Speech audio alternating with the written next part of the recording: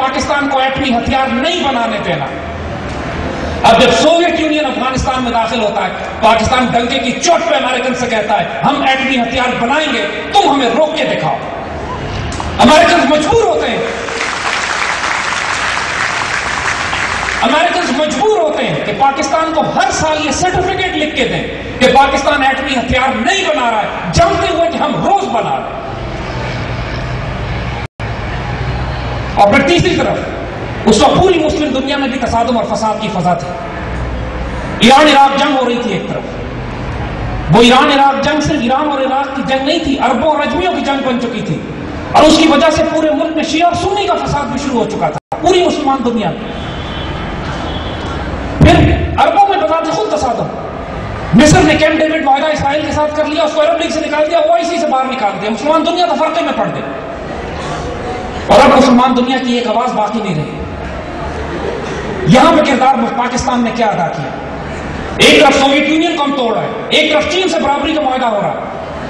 ایک طرف امریکہ کے ساتھ آنکھوں میں آنکھیں ڈال کر بات کی جا رہی ہے اپنی شرائط پہ۔ اس وقت کوئی کیری لوگر بل ہمارے پاس کسی کی جرأت نہیں تھی کہ ہمیں کیری لوگر بل دیتا، شرطیں ہماری ہوتی تھی، مانتے وہ تھے۔ اور پھر مسلم دنیا کی قیادت خود بخود پاکستان کے پاس آ گئی۔ ایران عراق جنگ رکوانے میں ہمارا کردار، مصر کو واپس OIC میں لانے میں ہمارا کردار، اور پھر جب دنیا نے کہا، یونائٹڈ نیشنز نے کہا مسلم دنیا سے کہ مسلم دنیا کی نمائندگی کے لیے ہمیں کوئی ملک چاہیے، کوئی زبان چاہیے جو مسلمانوں کی نمائندگی کرے، تو پوری مسلم دنیا نے، عربوں نے، اجموں نے، ترکوں نے پاکستان سے کہا دنیا کی، مسلمان دنیا کی نمائندگی، مسلمان دنیا کی قیادت پاکستان کرے گا چاہے۔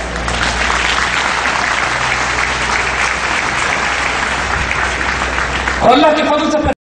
پہلی مرتبہ یونائٹڈ نیشنز میں قرآن پاک کی تلاوت کی گئی۔ پھر ہم انڈیا کو کیسے بھول جائیں؟ دیٹ واز دا ٹائم کہ پاکستان، جب سوویت یونین افغانستان میں تھا تو انڈیا نے پشت ہماری فساد کرنے کی کوشش کی، پھر پاکستان نے ان کے ساتھ وہ کیا کہ انڈیا بھی پھر یاد کرتے ہیں، ان پہ دہشت تاری ہوتی ہے اس تصور سے۔ آپ تاریخیں نوٹ نہیں کرتے کہ کشمیر کا جہاد 1988 میں شروع ہوتا ہے، خالصتان کی تحریک 83, 84, 85 میں اپنے عروج پہ پہنچتی ہے، Naxalites, Nagaland, Maoist, 7 sister status ان دا نارتھ ایسٹ۔ انڈیا ٹوٹنے کے بہت قریب پہنچ چکا تھا اس دور، اگر بعد میں آنے والی حکومتیں غداریاں نہ کرتی تھیں۔ یہ پاکستان تھا اس وقت۔ سوویت یونین کو ہم نے 1988 میں توڑ کے نکالا، وہ وقت بر بچوں ہم نے دیکھا ہوا ہے، ہم آپ کو ان جذبات کو نہیں بتا سکتے۔ ان دو واقعات موقعوں کا خاص طور پر کہ جب پہلا یہ کہ ہم سوویت یونین کو ویلی ٹو ویلی، وادی سے وادی جنگ کرتے ہوئے نکالتے ہوئے جب ہم آمو دریا تک پہنچے، اور آمو دریا وہ دریا ہے جو اس کی پرلی طرف تاجکستان ہے اور اس طرف افغانستان، اور سوویت فوجوں کو جب ہم نے تاجکستان میں دھکیلا اور افغانستان کی سرحد پر کھڑے ہو کر ہم نے رائفلیں ہاتھ میں لے کر تاجکستان میں فائر کیا ہے سوویت یونین پہ، اس سے زیادہ خوشی اور خیرات اور آنر کا موقع ہمارے پاس کبھی نہیں آیا تھا۔ اور اس کے ساتھ ہی تاجکستان میں انقلاب برپا ہو چکا ہوتا ہے، اور یقین کرو گے اس وقت تاجکستان میں بھی علامہ اقبال انقلاب برپا کر رہے تھے۔ علامہ تاجک فارسی بولنے والے لوگ ہیں، علامہ اقبال کا ایک شعر لاکھوں کی تعداد میں تاجک سڑکوں پہ نکل آئے، جب سوویت فوجیں افغانستان سے شکست کھا کے نکلی، لاکھوں تاجک سڑکوں پر نکل آئے، اور علامہ اقبال کا ایک شعر پڑھتے ہوئے انہوں نے اپنے آپ کو قربان کرنا شروع کیا کہ سوویت حکومت گرا کے، جو پرو رشین حکومت تھی، اس کو گرا کے وہاں ایک اسلامی حکومت قائم کی جائے۔ اور شعر تھا علامہ اقبال کا، معمار حرم باز با تعمیر جہان خیز، از خواب گراں خواب گراں خواب گراں خیز، اے وہ جس نے حرم کی تعمیر کی تھی، اٹھو اب پورے جہان کی تعمیر کرو، گہری نیند سے اٹھو، گہری نیند سے اٹھو، گہری نیند سے اٹھو۔ وہ ایک حیرت انگیز وجود کے رونگٹے کھڑے کر دینے والا مرکز ہوتا تھا بچوں کے، جب لاکھوں کے مسلمان معمار حرم باز با تعمیر جہان خیز کے نعرے لگاتے تھے۔ اور دوسرا موقع افغانستان میں اس وقت انسان کی روح کو ہلا دینے والا تھا کہ جب ہم مجاہدین کے ساتھ کابل فتح کرنے کے لیے کابل میں داخل ہوتے ہیں، اور اللہ کے فضل سے سوویت یونین جو پچھلے 200 سال سے مسلمان خطوں پر قبضہ کرتے چلا آ رہا تھا، اب اس کا ایسا رول بیک شروع ہوتا ہے کہ تاجکستان، ازبکستان، قازقستان، ترکمانستان، تمام مسلمان علاقوں سے ایک ایک کر کے سوویت یونین کو نکلنا پڑتا ہے۔ 20 کروڑ مسلمان دنیا میں آزاد کرائے جاتے ہیں پاکستان کی جرأت اور کردار کی وجہ سے، اللہ کے فضل سے۔ اور صرف یہی نہیں، ایسٹرن یورپ سوویت یونین کے غلبے سے نکلنا شروع کرتا ہے، برلن وال گرائی جاتی ہے، اور جب برلن وال گرائی جاتی ہے تو جرمن انٹیلیجنس کا ڈائریکٹر برلن وال کا ایک ٹکڑا پاکستان بھیجتا ہے جنرل حمید گل کی طرف، اور اس جرمن وال کے ٹکڑے کے نیچے لکھتا ہے یہ تحفہ میں اس کو پیش کرتا ہوں جس نے سوویت یونین کو تباہ کرنے کے لیے پہلی گولی چلائی۔ اللہ کے فضل سے دنیا اکنالج کرتی ہے کہ پاکستان کا کردار اور کیریکٹر کیا ہے۔ آئے کچھ اور واقعات آپ کو بتاتے ہیں پاکستان کا پوٹینشیل، پھر آپ کو اندازہ ہوگا کہ ہمارا مستقبل کیا ہے۔ 1967 1974 دو جنگیں جو عربوں کی اسرائیلیوں سے ہوتی ہیں۔ 1967 کی جنگ میں تو 3 مسلمان ملکوں کی air force, Jordan, Syria, Egypt, اسرائیل نے پہلے 24 گھنٹے میں تباہ کر کے رکھ دی۔ مسلمان بے خبری میں مارے گئے، حماقت اور جہالت ان کے حکمرانوں کی۔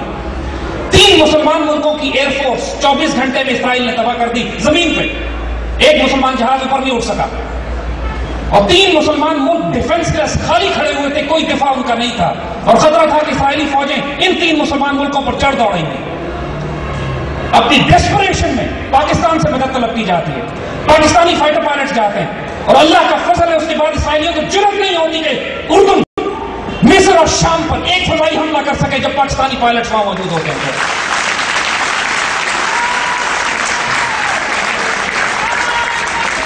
اور صرف یہی نہیں،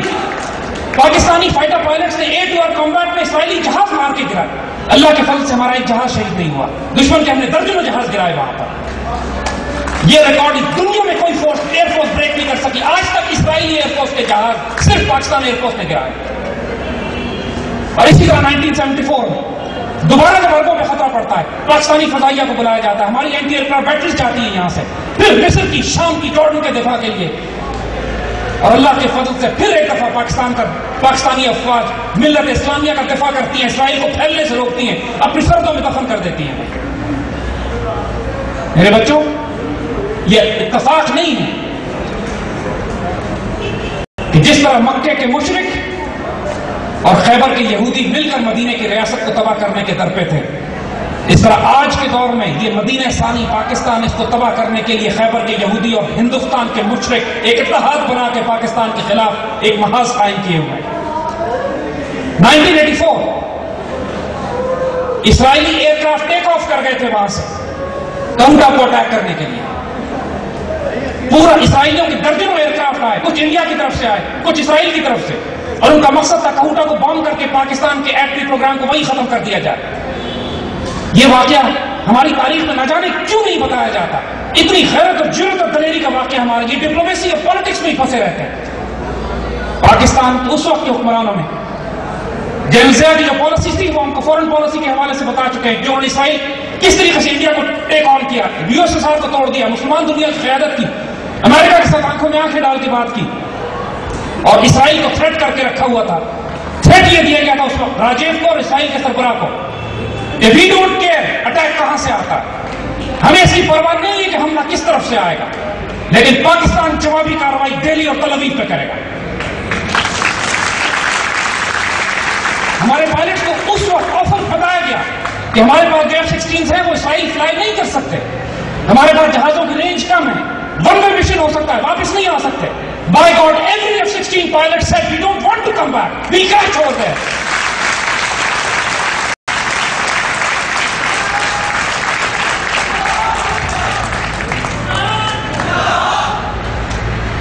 یہ اتفاق نہیں ہے میرے بچوں کہ انڈین اور اسرائیلی کی جان نکلتی ہے پاکستان سے، اور یہ بھی کوئی اتفاق نہیں ہے کہ آج سے 1 مہینہ پہلے جس کو یہ فائٹ آف دا ڈیکیڈ کہہ رہے تھے، باکسنگ میچ ہو رہا تھا لندن میں، جس کو اسرائیلیوں نے، پوری دنیا کی میڈیا نے اتنی کوریج دی یہ کہہ کر کہ یہ فائٹ آف دا ڈیکیڈ ہے، یہ باکسنگ رنگ میں مسلمانوں اور یہودیوں کی لڑائی ہے، اس طرح کے الفاظ استعمال کیے گئے، کیونکہ جو باکسر تھا وہ اسرائیلی یہودی ڈیمیٹری، اور جو دوسرا باکسر اس کے مقابلے میں تھا پاکستانی عامر خان، اور پوری دنیا کے مسلمان ٹینس تھے، پوری دنیا کے یہودی ایکسائٹڈ تھے۔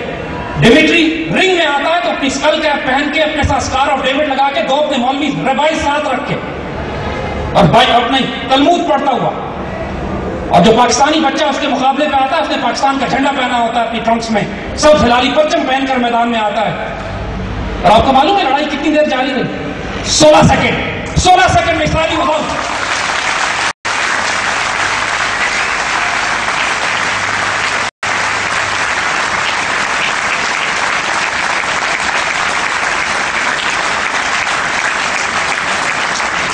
پورے گلوبل میڈیا سے اس خبر کو غائب کر دیا گیا. صرف 16 سیکنڈ میں ڈیمیٹری واز آن دا فلور.